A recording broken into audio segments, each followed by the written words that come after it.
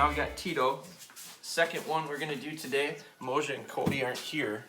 We're gonna get to them, but I'm gonna show you some drastic differences. Let's see. Tito is a much more excitable dog.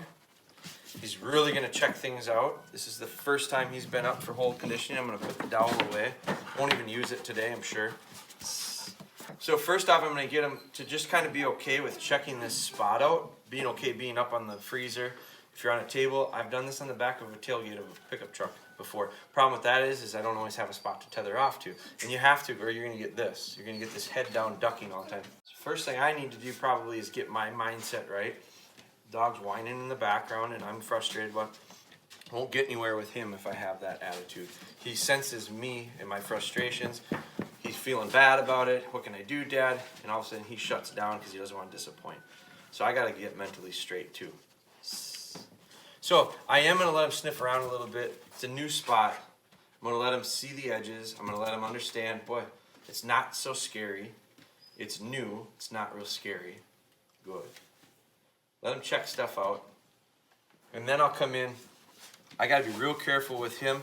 His personality is different than Elsa. Elsa sat there like a little angel and I petted her. He is one of these dogs that the more you touch him, the more you stimulate him, the more he bubbles over. I talk a lot about bubbling over. I think they get excited, they bubble over. When they bubble over, they've lost it. They're not gonna gain anything mentally, and so our lesson gets shot. So what I wanna do is I need to adjust with this dog. He's easily excitable.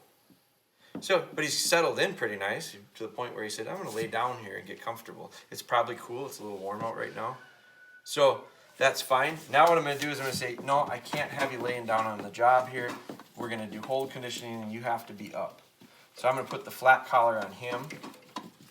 And he is a much taller dog, so I'm actually gonna put it up to the top. And now is when he feels that tension for the first time. And you just let him figure this out. It's gotta be positive.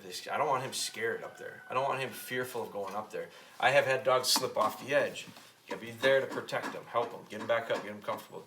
He's all right, but it's a constant gauging and reading of body language. When I hear that tail whipping against the wall, I know he's not in a bad spot. He's again a little bit excited. He gets ramped up real easily.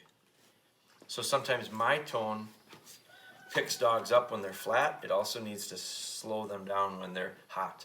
And so he's easily pushed to the hot button. So I might have to sit good.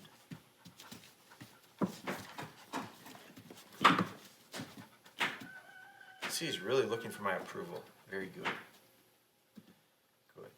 He's got good eyes. I love eye contact, whether we're healing, recalling, whatever we're doing. I like eye contact. I talk a lot about eyes. This is another spot where we connect. Hold conditioning, I would say one of the other things that it brings, other than the physical fixes to retrieving issues that are often problems and haunt us as trainers, I think it also builds connection with the dog. Like, this is intimate. We're going to get into some physical things with them, where we're touching them, where I'm eye level with them right now. I've raised him up, which kind of says something to him, but I've also taken away confidence of being on the ground, and he just can't move around the way he wants to. And then I tethered him off.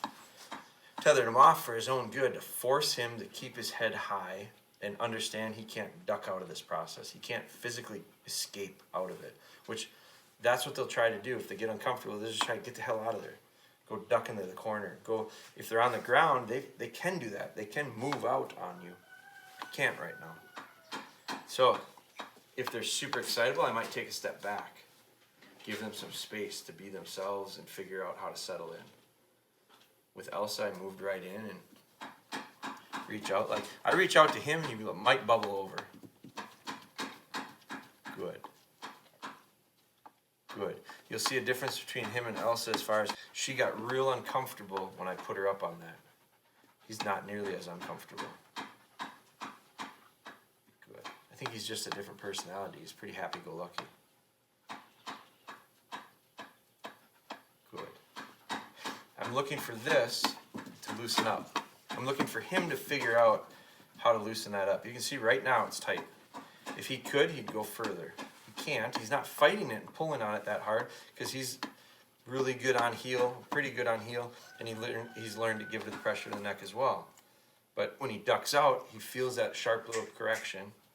And I want to get him to understand, just lift my head up, sit straight, doesn't feel anything on my neck. It's the easiest way to turn it off.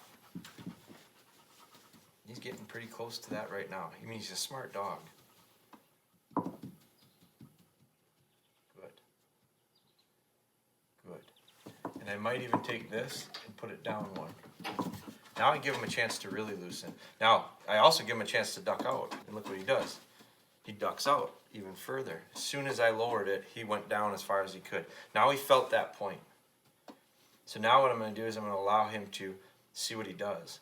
If he keeps ducking his head down, I'll raise it back up.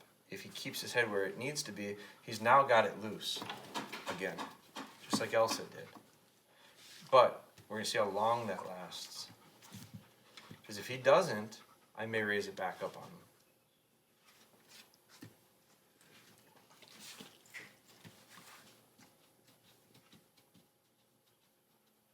Good. But again, his lesson today is going to be get comfortable on the table. No reason to push it. Got a long ways to go. We're not going to get there all in one day. We're not going to get there in a week. We're not going to get there in a couple weeks. It'll take a while to get to the end. And then when we get to the end of it, if we didn't do our job, we will have to start over in the beginning. There's no rushing through, doing it 75%, and then going, damn, I didn't get it all done. I'll start 3/4 of the way through it. You can't. You end up going back to day one. So for those that are contemplating the idea of, I don't need that long, I'll speed it up, you can't. If anybody can, we can, and I can't. So if I can't, you can't. Be okay with that. I'm fine with it. I don't care if it takes 8 weeks. If we get it done in 8 weeks and it's right, I'll never have to worry about it again. If you get it done in 6 weeks instead of 8 and you don't do it exactly right and we went too quickly, you'll be back on this table in 6 weeks in 1 day, or 6 weeks in 3 days, or 6 weeks, 7 weeks, 8 weeks. It'll haunt you. You won't have the fix. You'll be back here at day one, and then you're going to add another 8 weeks to it. So you might have 16 weeks, 20, 17, 18, 19 weeks into it if you go too fast. So the quickest way to speed up is by slowing down a lot of times. And this is another example of it. That's about perfect position. He's moved over to where that tether is, and he feels real loose on it right now. And when he moves to the point where he tightens it up, we'll watch him respond. Shift back, get in the right spot. Very good.